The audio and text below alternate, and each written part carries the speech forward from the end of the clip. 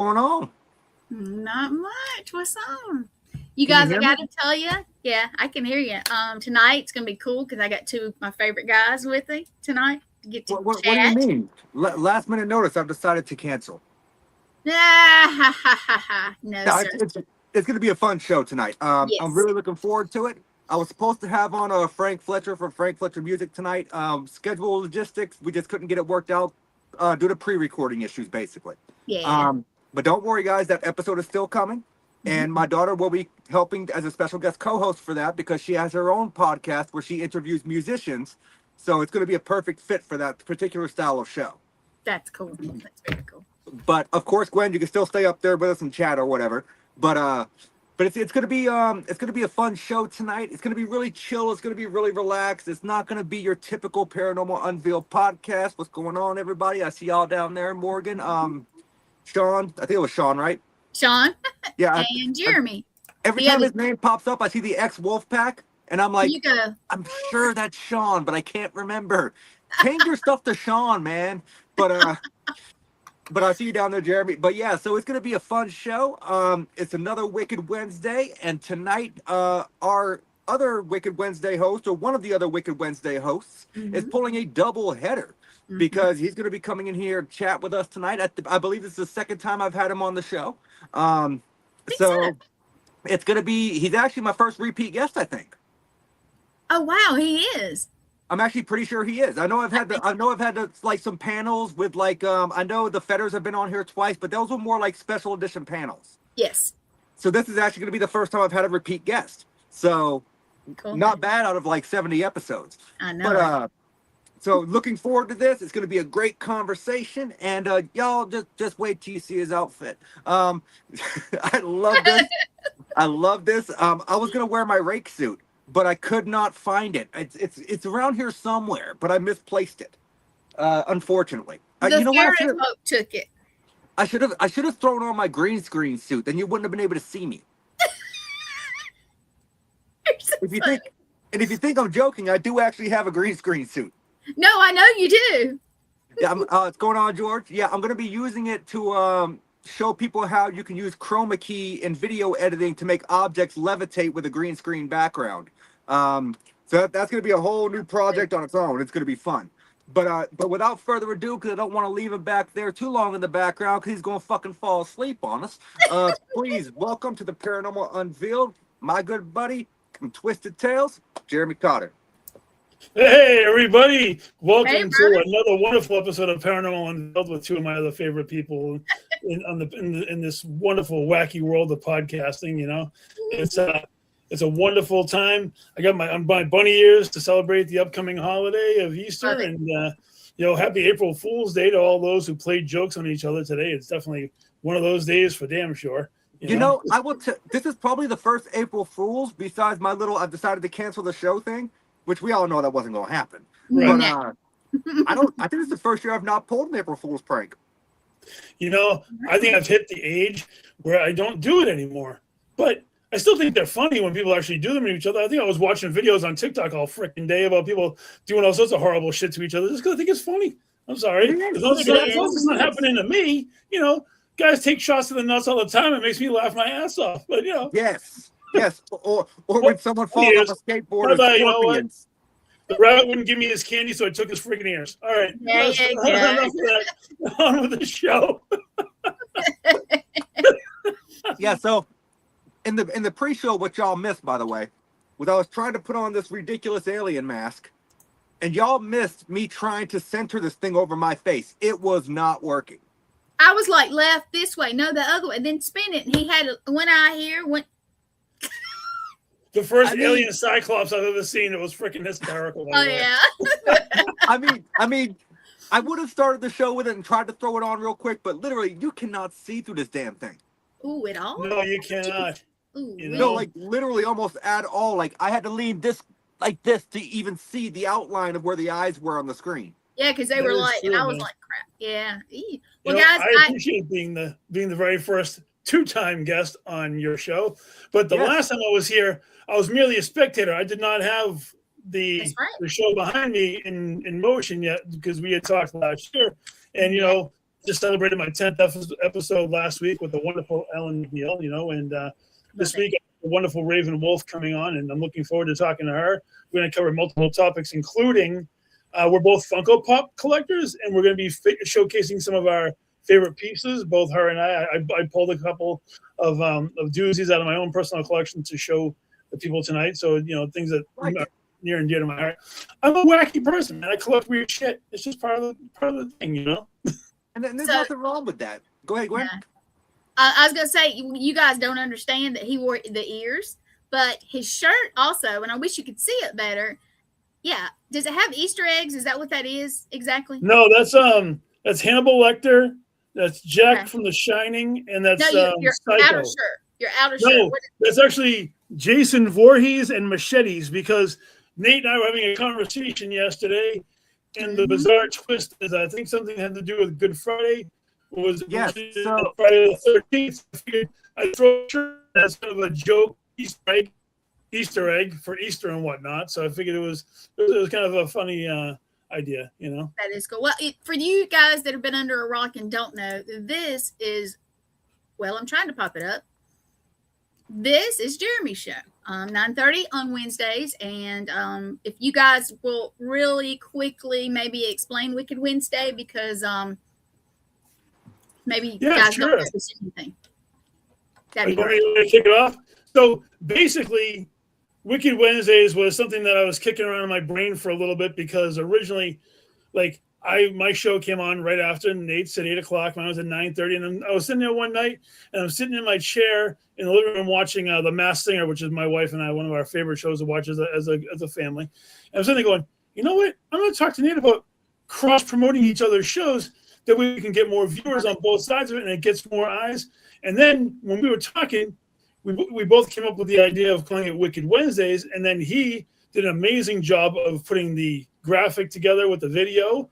Mm-hmm. And then he reached out to the amazing Danny Perez, who gave us the snippet of music that is on it. So you know something? This whole thing is an original concept by both he and I. My brain came up with an idea. He ran with it, and you know what? I got to tell you, from last year to this year, Nate and I become really, really close friends. We talk all the time. I appreciate him. He's one of my closest brothers, and I really do appreciate the fact, and getting on board with the Wicked Wednesdays is just something. And there's your other. And there's the third cohort. Yep, the amazing. Well, there are 4 of us guys. I do get included in it because I'm here. You're parts of the show, though. I know. So you're included in the show. Listen, you are the brains behind the entire operation. You get to have your own pedestal. We're taking ours right now for us. I'm just kidding. I'm just joking. I love you, brother. It's a lighthearted episode. I figured, what the hell? I might as well just speak freely. I saw the question about Sundays. By the way, what do I get on Sundays then? You know what? Let me mull something around in my head. I'll be able to come up with something for you. He will. And I have a little something that maybe, I know I co-host and I'm this and I'm that, but I did have a show with Sean at one time, and I'll be real with you. I think that, he's on Gwen's team. Thanks, Sean. I'm kicking around the idea of having my own show and getting people from the other shows to come and be my co-host and rotating. And I just kind of good. I want to be on an episode. I want to be a co-host too. You know what? I gotta be honest with you guys. I never thought I was ever going to get involved in any of this personally. Like the last time I was on your show, and I was just a guest, and I was enjoying life on that end of the coin. But I have become yes, we are honored to have you on there as well, Christina. But you know what? Becoming a host and the 2 people who are on the screen with me right now are the main influences of why I even bothered getting on the friggin' screen to begin with, to be perfectly honest. I did to Jeremy what you, Morgan, and Shane did to me for like 6 months. And I did that to Jeremy, and we didn't even know that we were both doing it. So, because I told you, you were, matter of fact, you were on Family Spirit before we switched it, like 2 years ago. And I said, Jeremy, you'd be a great, and no. But he walks up to me at Salem, and he's very. I walked up to you because I wanted to be a co-host for somebody because I wanted to be more involved. And then, hey, hello, Joe. Yeah. And the next thing you know, she's like, you should be a host. I'm like, I don't know about that. And then, like, you and I were talking. You're like, okay, when are you going to start? And, like, kept pushing. Like, when are you start? And then I was talking to Nate, and I'm like, man, I think I'm going to run away. I don't know if I can handle this shit. Like, and Nate was like, you know what? I got a show earlier, but I'll be your first guest just to get things going. And he was the very first guest on Twisted Tales, which was amazing in and amongst itself. I've always appreciated that, you know. But ever since then, like I talk to you guys almost every single day back and forth with messages and whatnot and so forth, you know. And you know, I really enjoy the product that we got. The Wicked Wednesday thing is the Wicked Wednesday thing is taking off like crazy. I have people ask me all the time. You know something? If it wasn't for what was in my mind and was in his mind, and we put it together, and now we have the wonderful Christina Bloom, who has joined us. Today was her first day as part of the Wicked Wednesday family.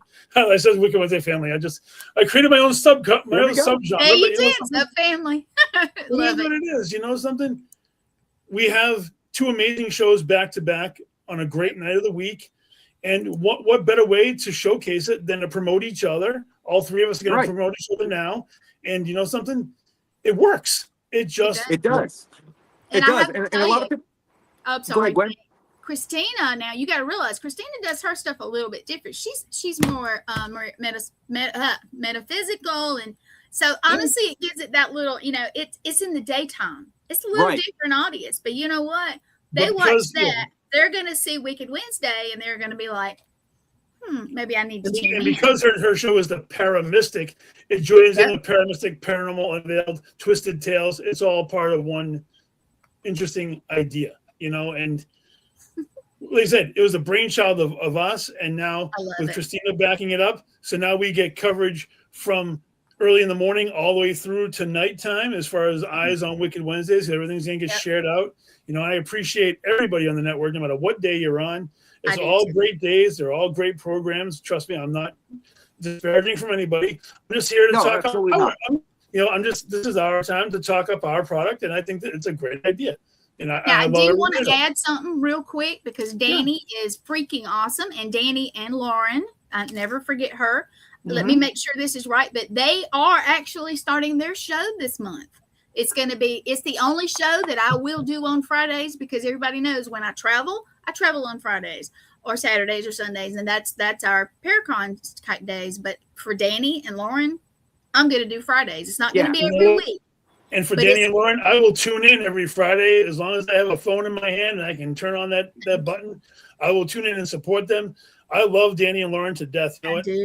They are amazing. And it's going to be the 24th. You guys mark it in your calendar. 24th of April. And also, I'm just going to throw it out there for tomorrow night. Thomas Patrick, 8 o'clock. His profile is finally here. It's going to be nice. Another great show to add to another amazing lineup of people. Freaky Fridays. You know what? Jamie Lee Curtis might sue your ass for that one, buddy. You might not be able to do that one. Oh, true. Woohoo, radicals. So to add to what Jeremy was saying earlier, I don't think people realize how closely me and Jeremy actually work together. I think that for me, it's the closest I work besides obviously you, Gwen, because you produce the shows. But a lot of people don't know that I talk to Jeremy for at least 15 minutes to a half an hour before my show every Wednesday. It's true. And we sit there, we shoot the shit back and forth, and he's like, "Are you ready for the show?" I'm like, "Yep, I got this guest coming on." "Oh, that's cool. I got this guest coming on." And I'm like, "Well, if you have this guest coming on, sometimes we shoot questions back and forth that one of us may have forgotten to write down." I love it. Exactly. You know what? And then, like, maybe a day or two later, if he has time, he'll call me. If I have time, I call him, and we'll talk for an hour here or there. Yesterday was almost 2 hours combined between the two phone calls that we had, just to shoot the shit about everything, whether it was wrestling or this, that, and the other thing, pop culture, video games. We were doing retro video games last night, which was we literally did. We got into a huge wrestling discussion a few weeks back because a lot of people don't, or no, like last week. Because a lot of people don't know, I am a closet wrestling fan. I like wrestling. It's just I don't like it enough to really watch it. I watch like the replays on TikTok. Like I watch all the highlights. Right. And yesterday we got on retro video games, and it just kind of that's where our conversations go. But you never know where the hell they're going to end up. Well, I have to say this for Jeremy, and I got to say it for Nate and Christina. And you know what? I got told the other day you can't. How did they put it? They said something about I can't cherry pick my podcasters, and I said yes, I have. That's how the network has grown. Now with the help of Lee and Matt, of course, but everybody knows I produce the shows. they're my backup. They're the brains, or the brains and the beauty, and I'm the producer. So I don't know. Right. Yeah, I mean, I do cherry pick because anybody on here, we're family, and I say that we are. If you want to get technical, as far as when it comes to my show, I was kind of cherry picked by Shane. Mm-hmm. After his show, he was like, "You've got to have your own." But funny enough, I didn't know he had said that to you, and I said it the same day. I did, and it was funny. But I got to tell you this: Jeremy messages me every day, and I message with him back. And when I don't message him back, like if I'm super busy or I'm feeling like poo, he will check on me, and I appreciate that. And so does Raven. Yep, hey Raven. And so does Christina. And Raven. you know what? I'll see you in about an hour or so. Yeah, definitely. So you know what? When we jokingly say we're family, we actually are. I mean, in a way, because this whole organization is kind of a close-knit family. Yes, we have our little tiffs, we have our little discussions from time to time where things might go a little bit off the walls. But you know what? It's like having Thanksgiving dinner with the estranged family that no one really likes, but you have to get along with them. But we all like each other. You know what I'm going to say this, Nate? I would rather have Thanksgiving dinner with everybody on this network than my own freaking family. I'm all set with them. That's a totally different story for a totally different time. Today we're celebrating the bizarreness of Easter and the creepy ass bullshit that goes along with it. And you know something? And I have a picture. I don't care when anybody says a 6 foot tall freaking Easter rabbit shooting eggs out of its ass so kids can pick them up with a basket. There's serious problems with the American people. I'm sorry. Before we get to that, which reminds me, at some point this summer, I don't know if Gwen will be able to make it because it's a drive for her, Jeremy, but I know it's not that far for you. I'm going to be doing like a little para barbecue here. I'm going to fire up the smoker and I'm going to smoke some shit. You tell me when, and if I'm not at something major, or hopefully maybe I'm at close, if you pick me up, somebody picks me up at the airport, I'll fly in. Nice. But so I wanted to extend the invitation to you and your wife, Jeremy, for you guys to come up, obviously bring the kids. I'm going to fire up the smoker. I'll do brisket. I'll do ribs. We'll have a great time, I figured, this episode being as funny as this, I'm just going to crack jokes the whole time. So you're just going to have to get used to the fact that I'm going to be a little bit more zany than normal. So now touching back on what you were just saying, here's my question. Have y'all ever seen some of those terrifying fucking Easter bunny photos from like the old 50s and the 60s and the 40s and holy shit? Yes. The stuff of nightmares. I swear to God, some serial killer pulled that out of a fucking bin somewhere. Literally. It's like the Salvation Army Easter bunny. I saw an Easter bunny. Salvation Army Easter bunny. I saw an Easter rabbit costume from the 1940s. The rabbit's head was a fucking cardboard box with a nose stuck with ears. Look. And it looked like somebody had ripped the fur off of the lion from the Wizard of Oz and had that on as the outfit. It was the most disgustingly horrible thing. You know what? I'm sorry, but people rip on Santa Claus all the time for being a friggin' nightmarish character. No, Santa has nothing on the Easter rabbit. I'm sorry. The Easter rabbit is right up there with Santa Claus, no doubt in my mind. All jokes aside, I know Easter is a great thing for the kids, but I'm sorry, on this podcast tonight, and my language will probably be colorful. I know Nate has no problem. We got the warning. Yep. So, whatever gets said, trust me, it's just who I am, man. I can't help it. We are going to have a good time tonight. It's going to be fun. I'm not worried about it. You say whatever. I mean, I'm wearing a shirt that says "These nuts," okay?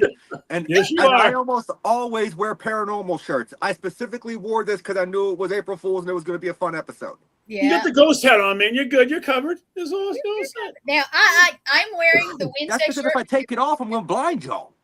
Dude, I didn't shave my head for a reason because usually if I do, I just, I didn't feel like it. Plus, I wouldn't be able to keep the fucking ears on my head. Well, they're not on my head anymore. They're on the floor now anyway. So that. Yeah, it's insane to me that kids these days, like younger kids, like 4 or 5, they're afraid to sit on Santa's lap. But you got 4 and 5-year-olds back in the 50s and 60s sitting on the Easter, whatever that Easter things was lap. But have you ever seen some of the pictures where the parents bring the kids up to the Easter bunny and the kids are freaked the fuck out because the Easter rabbit is so terrifying? I mean, there was one picture I saw that it looked like somebody made an Easter bunny mask, but it had the jagged teeth in the front and with the bunny nose. I don't think they knew how to make like just a regular smile, but the mouth had like jagged like jack-o'-lantern style teeth. And I'm telling you, the kid was getting dragged up to it. Was like, hell no, get me the hell out of here. Next year, you just gave me an idea from saying this, Jeremy, just talking about the old school photos and stuff. I think I'm going to try and find me an old school 50s Easter bunny mask for next year's Easter episode. Yes. We're doing an Easter episode next year. I'll be on it. I'm going to go out and get the goddamn Donnie Darko fucking bunny mask. And I'll wear that on my gun. The Wednesday shirt is your wrestler, Gwen. Okay. If you guys don't know, Mondays I usually wear my Ghostbusters shirt that looks like a vintage one, which I'm looking for one. If anybody knows Ghostbusters, or but I wear my Wednesday shirt, which I ripped in the back, so I can't wear it anymore. That's cool. It's Wednesday Addams. It's the new one. I love it, and I call them my lucky shirts. And Sean has a video game that he built, or not built, but I don't know. I don't play video games, but anyway, he made a character for me. And she has a Wednesday shirt on. So, yeah, that's me. And he got me a little, he was at something and he got me a little, what is it, Sean? What's the things called that you got me the little character? I'm not good at that kind of stuff. I can tell. Like but hey, I think it's cool because I was like, oh man, I wonder if they make them. My piece. Hey, Matt, what's going on, buddy? I'll be on tonight too. So yeah, man, thanks for copping in. Matt is one of my favorite guys. He's actually going to be on with his lovely wife, Elizabeth, in a couple of weeks. They're the ones who have the Humbird Hotel and the Haunted Hotel out in Wisconsin. And you know what? They have been avid supporters of my show. I think I sent you the picture of the banner that they made, that they've been pushing the product out like crazy. I'm so happy to have those guys on. They're their own paranormal duo team, Team H Adventures as well. And, I can't wait to have them on. I have all their information for you, Gwen, but I won't send that to you yet because I actually have Joe Renone coming on next week. I think you know Joe, Nate, right? I do not.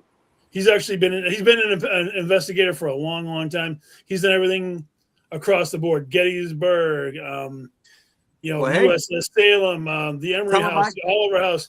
Joe's been doing paranormal for a long, long time. And I've investigated with him before, and I'll tell you, that guy gets some of the most clear EVPs I've ever heard in my entire life. Put the word in. I'm pretty much booked solid till October, but I do have a few open dates in August. Yeah.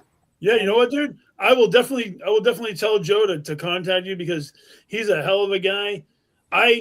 There are very few paranormal guys like tech-wise or anything that I stand behind because I'm not really a tech guy, so I pick and choose on those. Mm-hmm. Joe, I would investigate with him anywhere, anytime. He is that fucking talented. I have no problem. On a serious note, Joe is a great guy, and I know he doesn't do a lot of podcasts. I asked him to jump on, and he was more than willing to jump on the show. I got to tell you really quick before we get back into these things, I have been so happy the fact that I've not really had very many people not want to come on the show. Everybody's been very supportive of me, and I appreciate that. I do have a few openings in July that I'm working on because I'm doing like this whole showcase of the network, but with guests that I haven't had yet, and I want to put them in and all of that kind of stuff. Nate, I was wondering on one of the episodes if you'd like to be a co-host with me and to showcase a couple of the people in the network. I plan on bringing Gwen in for a couple of episodes too as a co-host, and I'd love to have both of you guys involved with the process because it's all about the family, and you two are my closest part of the family in the network, and I'd love to have you guys on. Okay, yeah, absolutely.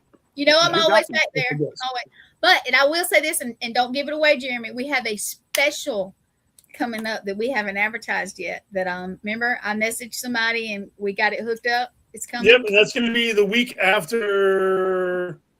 That's the 15th. That's the week after Joe.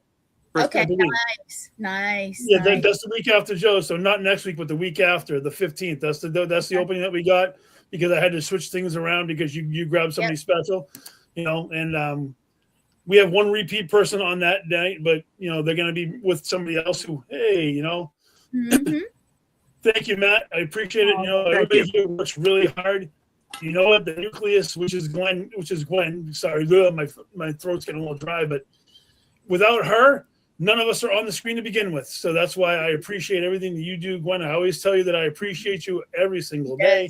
Every day. Everything that you do, whether it's putting together my entrance video or helping me find a guest last minute if I need to find one, and all of that kind of stuff. I really appreciate everything that you do. Just like I always appreciate. Just like I appreciate Nate for everything we've been doing, and we got a lot of things going on now. He's graciously got me invited to Nashville, which I didn't even expect to do. He's like, you know what? I'm going to reach out. I'm going to get you on because I want you to be up there talking with me.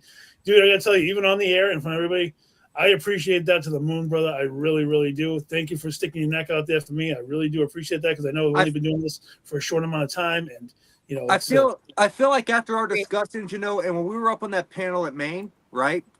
I just felt it's going to work. Oh, it is. This year? Is that when it's happening? Huh? Are y'all going to be up there together this year? Coming? Yes. I'm trying to come. No, so I don't know about this. We don't know what's going on for the main Paracon. We're talking about Nashua. Nashua is the one that he's doing. He's bringing me on. It's not been officially announced yet, but okay. It's I'm pretty sure it's solidified. So, I mean, I'm going to be there, and he talked to her, and we're just waiting for it to be official. But I appreciate you putting your neck out there for me, man. I know that I'm not as established in this market as you are, but I'm working my ass off trying to get to that point, and I think everything's been going well. There was a point in time when I wasn't established, and Thomas Gormley stuck his neck out for me. Well, that's how it happens.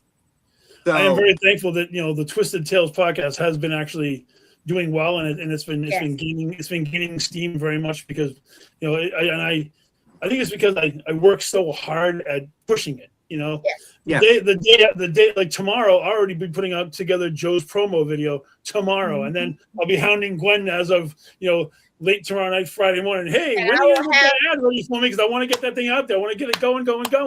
Just like so. What I can't wait for the Nashua thing, and once again, it's not technically official yet.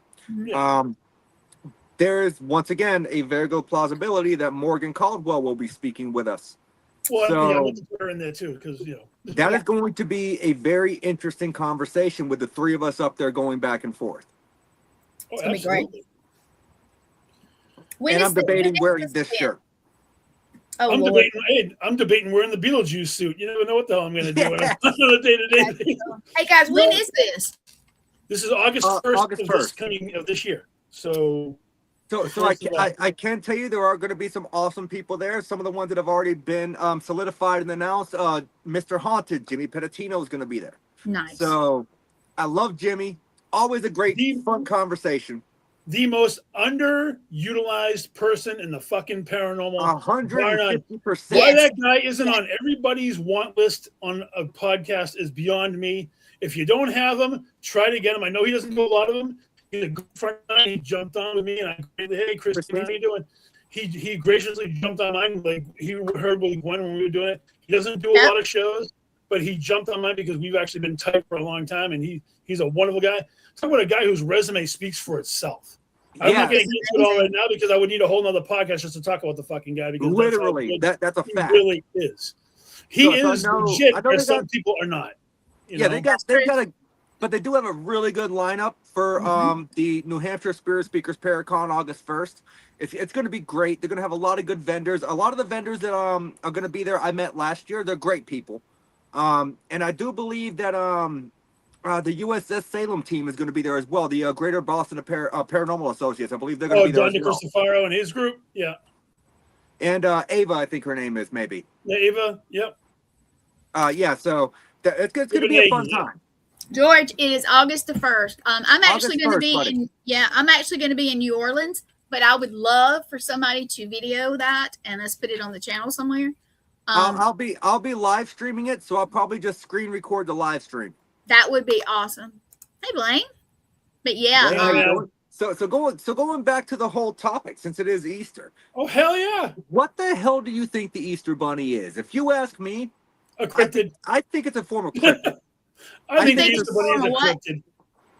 I do too. I was saying that, and you guys were like, well, it might be. And I was like, I think I know, Christine. I know you are. And we will see you there. Yes.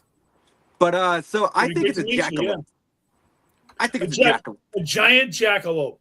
A giant jackalope. All right, I'm going to show you.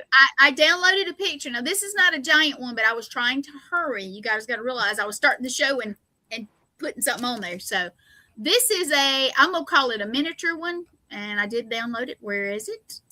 Give me just a minute. We don't have a minute here, woman. We want a time frame. Always the gremlins. What in the world? Hold on. I'll find it in just a minute. Tooth Fairy too. Yeah, Tooth Fairy is some creepy crap. We'll be spending it at the Shanley. George, super jealous. Never been. Guys, I'm trying to find it. Here's something funny. Somebody, sometimes on Facebook you see people post those stupid ass questions like, give me a movie that'll traumatize me for the rest of my life. You ever seen that? Where did I put down? Fried green tomatoes. Have you ever seen fried green tomatoes? I haven't. I'm trying to think. It's one of those like, or Beaches with Bette Midler, or God, what are some other freaking horrible, stupid movies that I couldn't stand? I mean, What's eating Gilbert grape? Oh, yeah. I don't know who's eating Gilbert's grape, but he can keep that to himself. I don't want to know that shit at all. No, if you want a movie that will scar you for life, at least it did me. The Human Centipede. Oh yes, that's true. Mm-hmm. Hey, you guys. I'm gonna pop out and come back in because my stuff is acting weird. But go on with the show. I'm coming back so I can pull up my picture. We planned on that. All right. Dude, how about we get into a couple of really weird, bizarre Easter facts while we're sitting here shooting this shit? Because I think this is. I actually looked up a couple of these dumbass things, so fucking why not? Did you know that for over 200 years, in a place called, I think it's Workington, Cumbria, it must be over in the UK somewhere, they host a massive football game called the Upsies and Downsies that lasts for days on end and causes serious injuries and even death?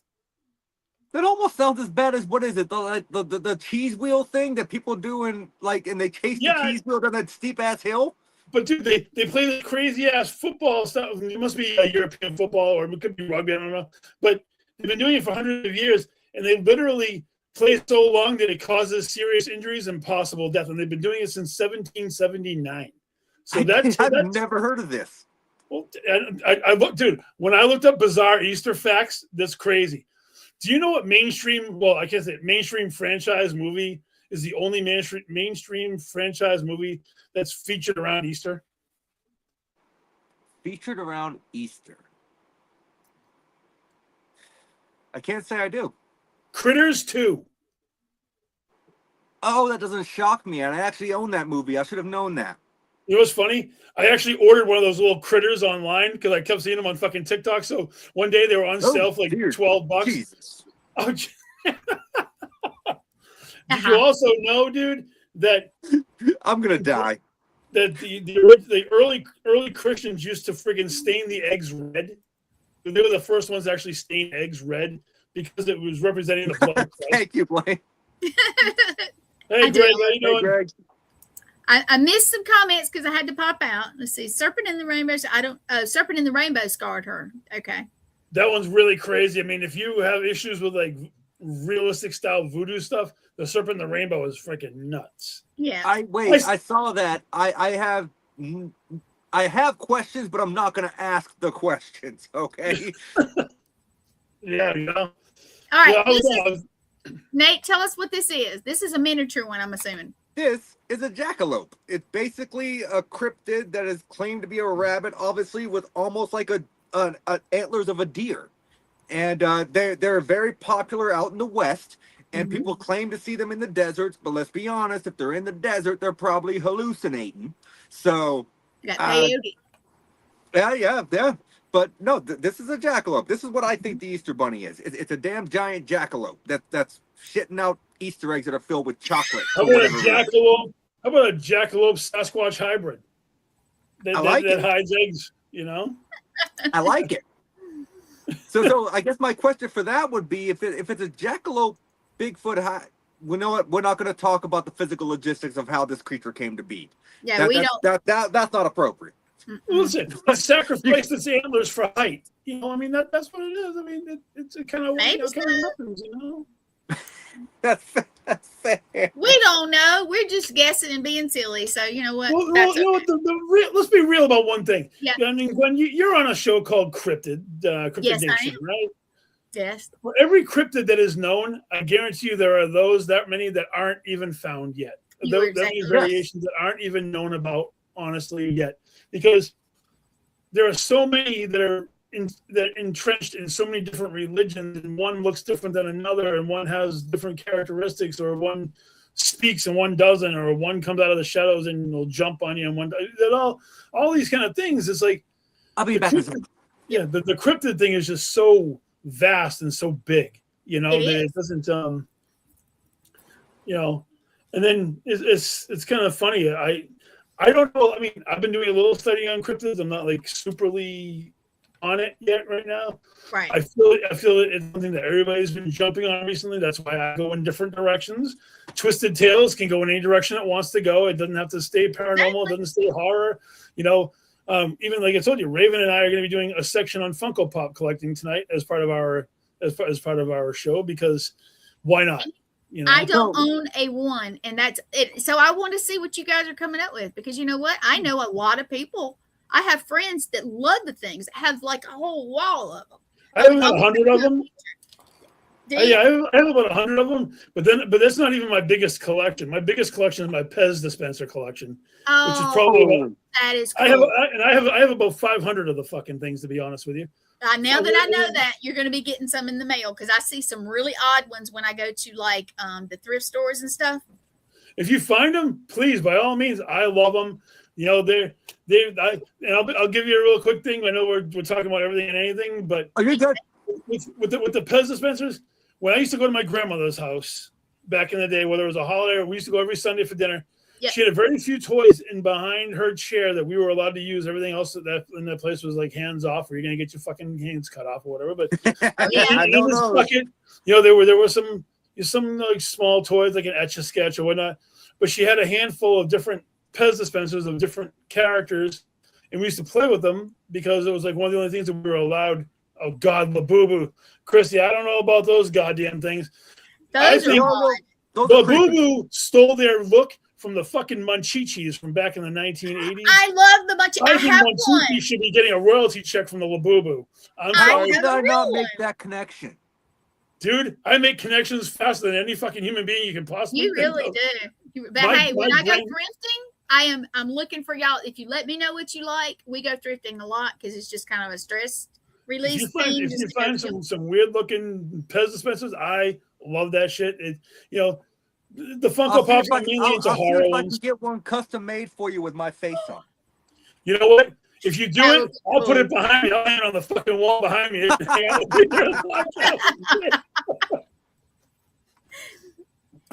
Hey Jeremy, you're glitching a little bit. I don't know if you're far from.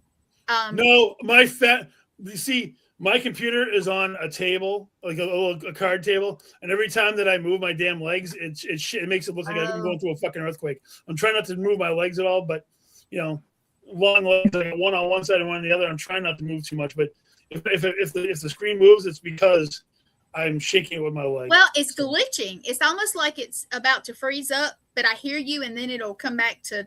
So you may want to check it in between shows real quick, like restart it or something. Just saying. It's Gremlins. I always have Gremlins, always. Hey, that's another thing. Yeah, go ahead. Touching back on what Jeremy was saying earlier about all the different kinds of cryptids and stuff, right? Yes. When I was going through stuff the other day, I found this. So this was the first book I ever started writing way back in September of 2000, and I want to say 12. You need to read it out because I can even on the big screen not see it. So it says SEGRA, which is Southeastern Ghost Research Association's Comprehensive Glossary of the Paranormal. So right now I have the whole notebook completely filled. Every single page is written on, and this whole book is nothing but cryptids. You need to, if you don't mind share it with me and Jeremy. I'd love to see them. I have to type it up first. I've never typed it. I literally just found it a few weeks ago. That's pretty cool.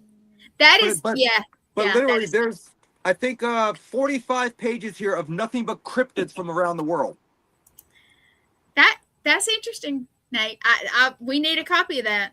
We really do. I'll finish writing it eventually. Yeah. So you guys, let me tell you a little story. We ain't got time for stories. We talk about Easter. You take your story elsewhere. I love elementals. I love elementals, and I know I have one that kind of sticks with me. Let's just say it like that. But you know, cryptids are very cool. The unknown is cool. UFOs are cool. I mean, I am into all the odd, but there are some things that are more odd. And I don't know how to put this, but have you seen the folks that, I don't know how to put this. I can't remember where they're from, but they live in the backwoods of Louisiana. Well, honestly, they live in the backwoods of somewhere, but I was thinking it was like South America or something. But they have this skin that's honestly like reptilian and stuff like that. Have y'all seen those? I saw something on it the other night, and I missed the title of it, and I don't know what it is. I'd be curious to look it up. There's a lot of tribes that are on these islands and other places that men are not allowed to go, because if you try to go on their island, they will fucking kill you and they will skin you. Yeah. And they will cannibalize you. Humans could also be considered cryptids as well. Yeah, I totally agree with that too. You know? Yeah.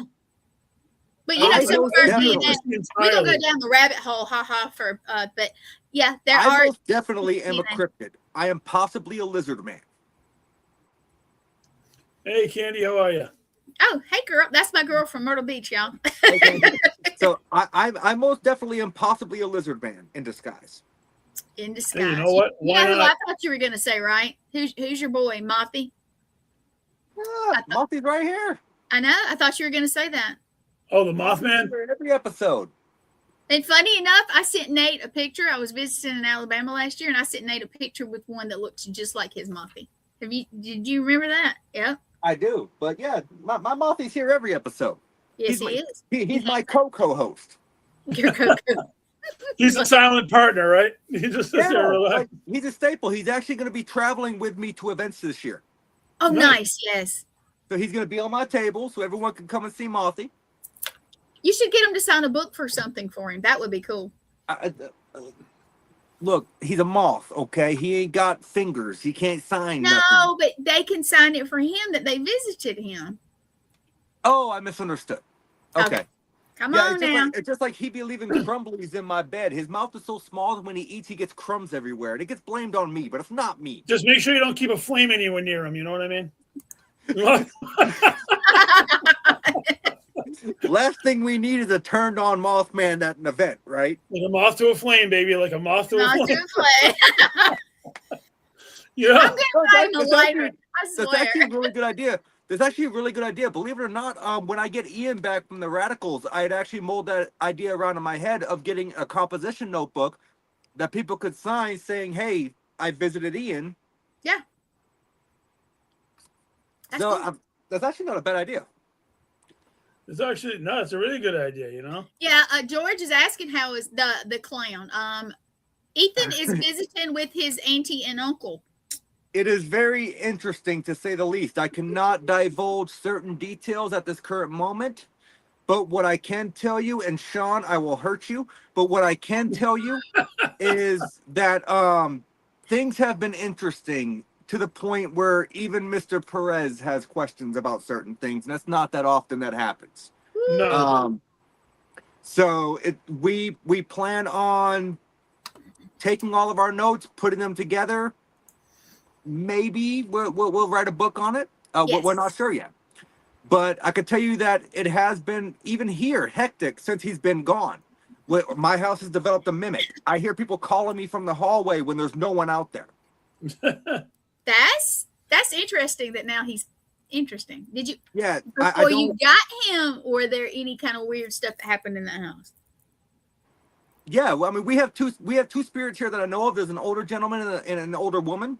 The older woman loves to stand at the bottom of the staircase. The older gentleman will stand in the doorway from the foyer going into the kitchen to the living room.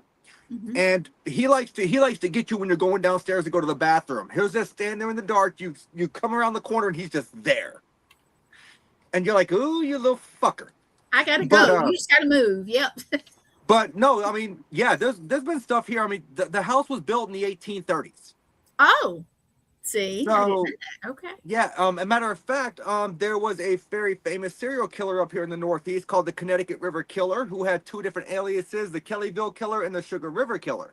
So we have a small little alcove just outside of my bedroom door. Mm-hmm. If you go into that closet, take everything out, and you pull up the linoleum, every single newspaper article in there that lines the floor for insulation are articles about the Sugar River killings.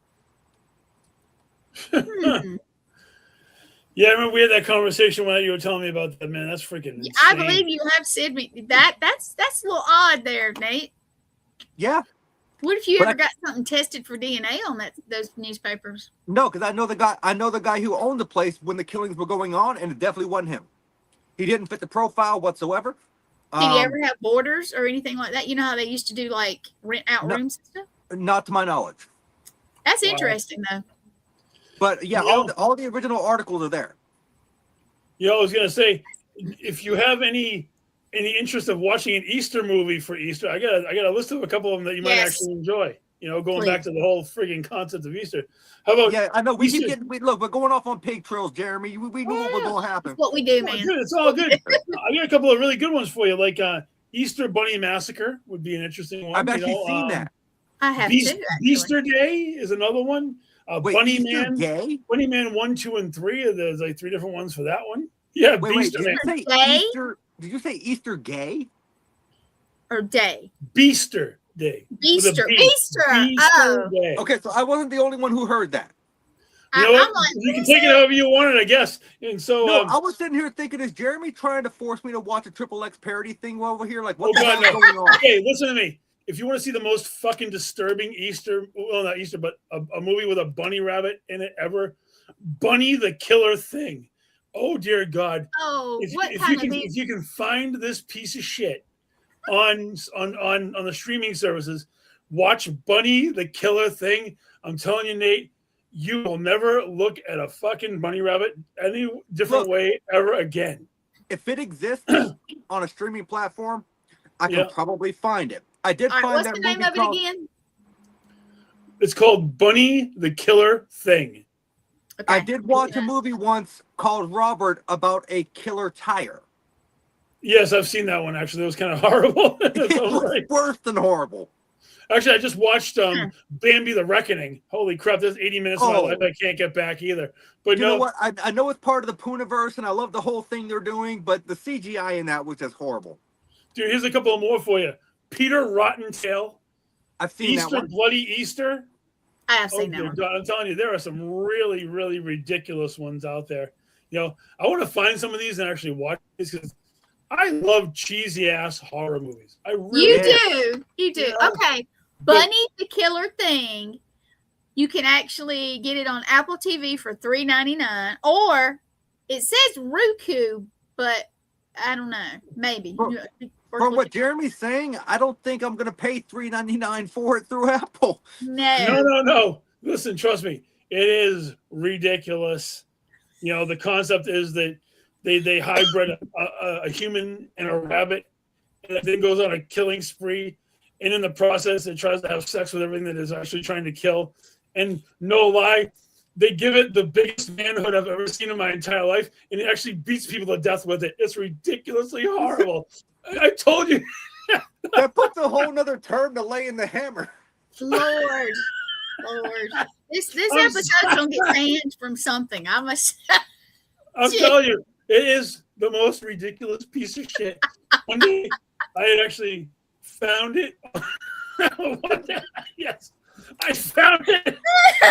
So you guys are now getting an inside glimpse of how half of mine and Jeremy's phone calls go. I'm sorry, but something. Yeah, I know. I'm here for it. I don't usually let the stand-up comedy version of myself out, so it's fucking. Christina, is she created in a meth lab? Probably, Christina. Probably. And you don't want to Google images of Bunny the Killer Thing. Trust me. Don't horrify yourself with that. Don't do it. I just saw some. Don't do it. Noted. Bestiality, yes. In the opposite sense, yes. I will look that up on the work computer tomorrow. Sean, you're not helping nothing. You're not helping here. Lord. So, Jimmy, what is your favorite? Because I know you're like me. You kind of like those cheesy, really bad horror movies. Yeah. If you had to pick a favorite, what would yours be? Mine, it's not really a horror movie in my opinion, but one movie that I absolutely loved, and then I went back and watched it a few years ago, and I'm like, why did I ever fucking like this movie? I loved the original Toxic Avenger. Oh, the OG Toxic Avenger, yes. Have you seen the new one with Peter Dinklage as the Toxic Avenger? I thought it was decent. Yes, it's actually pretty decent. I gotta be honest with you. When it comes to ridiculous, over-the-top, cheesy-ass movies, Killer Clowns from Outer Space is my all-time favorite cheesy horror movie. I have seen it. I have the entire collection of their Funko Pops. I'm working on trying to get a couple of shirts and everything like that.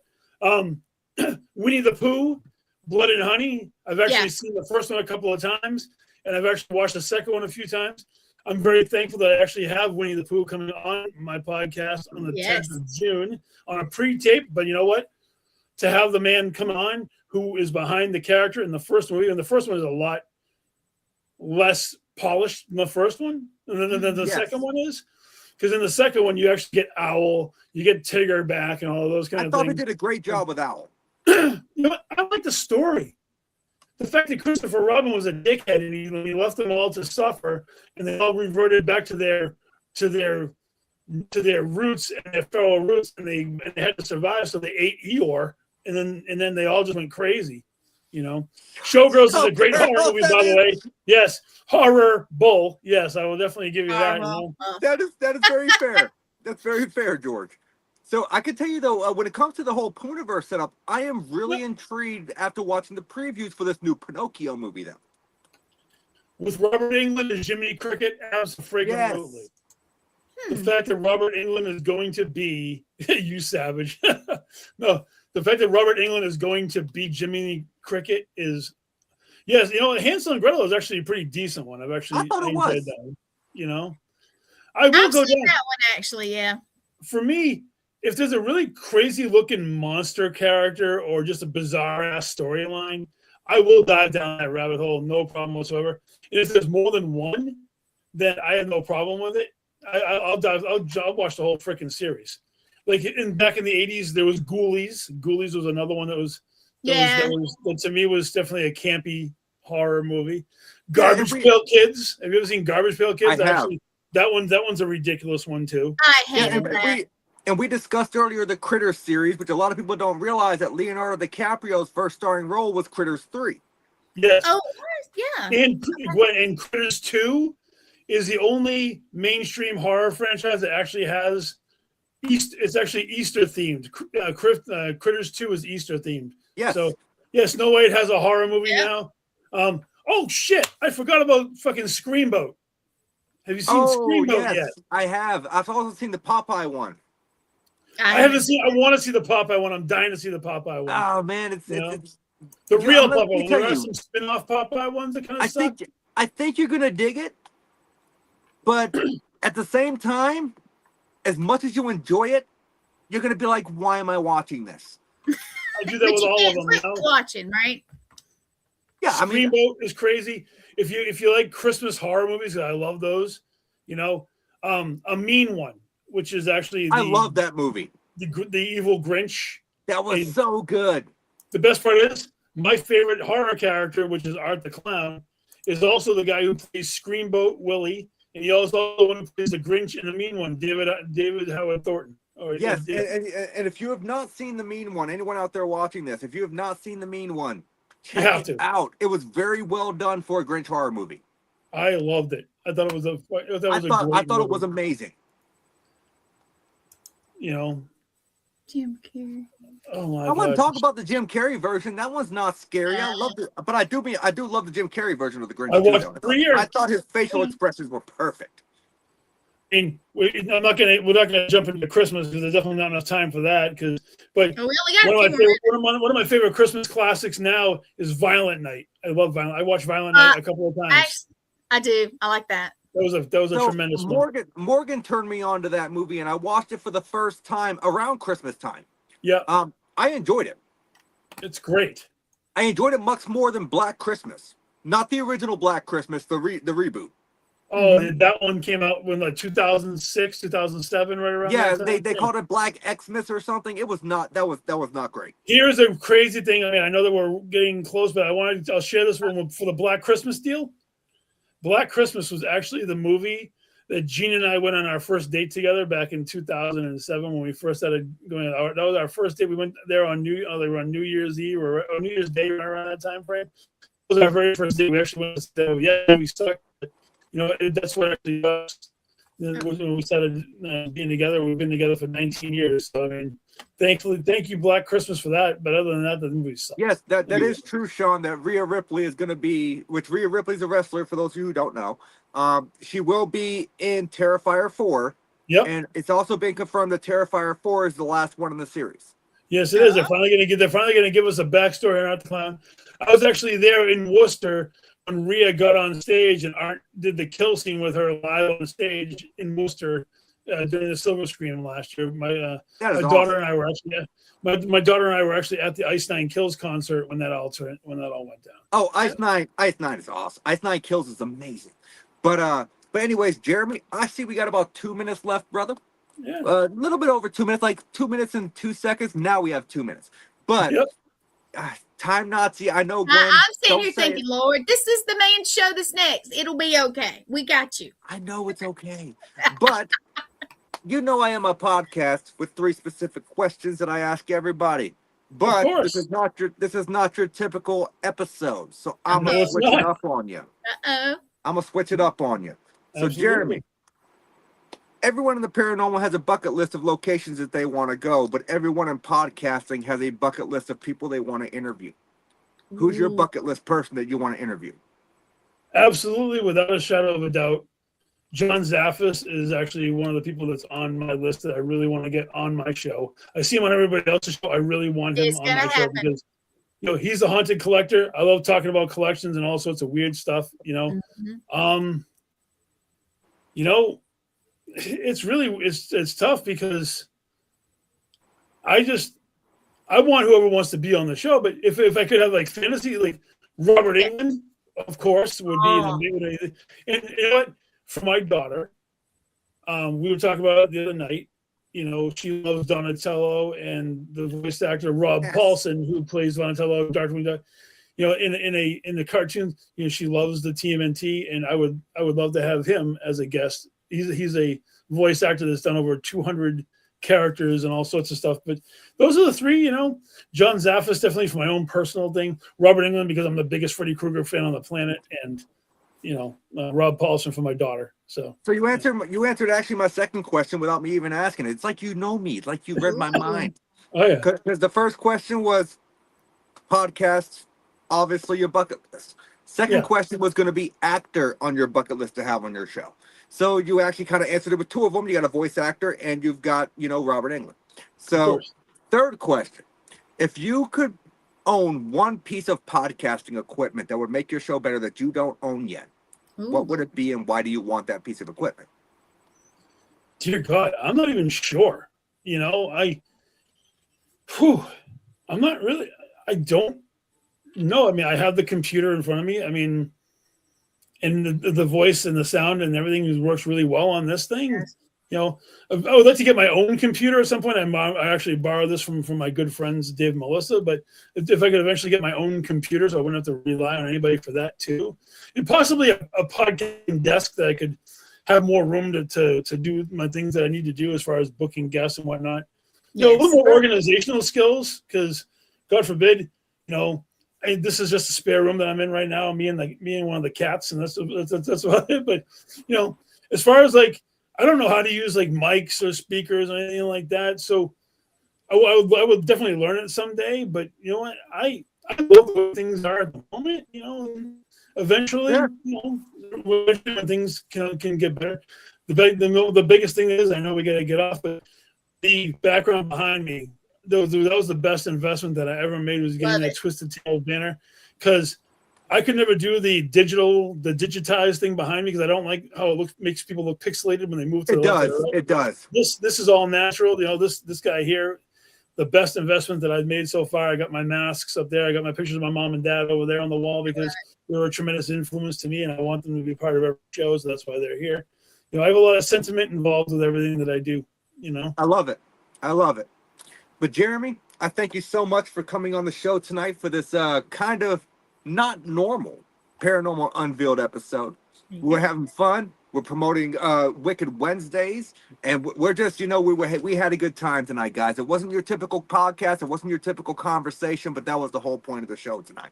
Yeah. Yep, I agree. It was a lot of fun, guys. Thank you very much for having me on last minute. I know that it was a hell of a time, No, I enjoyed it. So, Jeremy, if you wouldn't mind hanging around in the background for a few minutes, we're going to go ahead and close out the show, and we'll see you in a second. Sounds good, boss.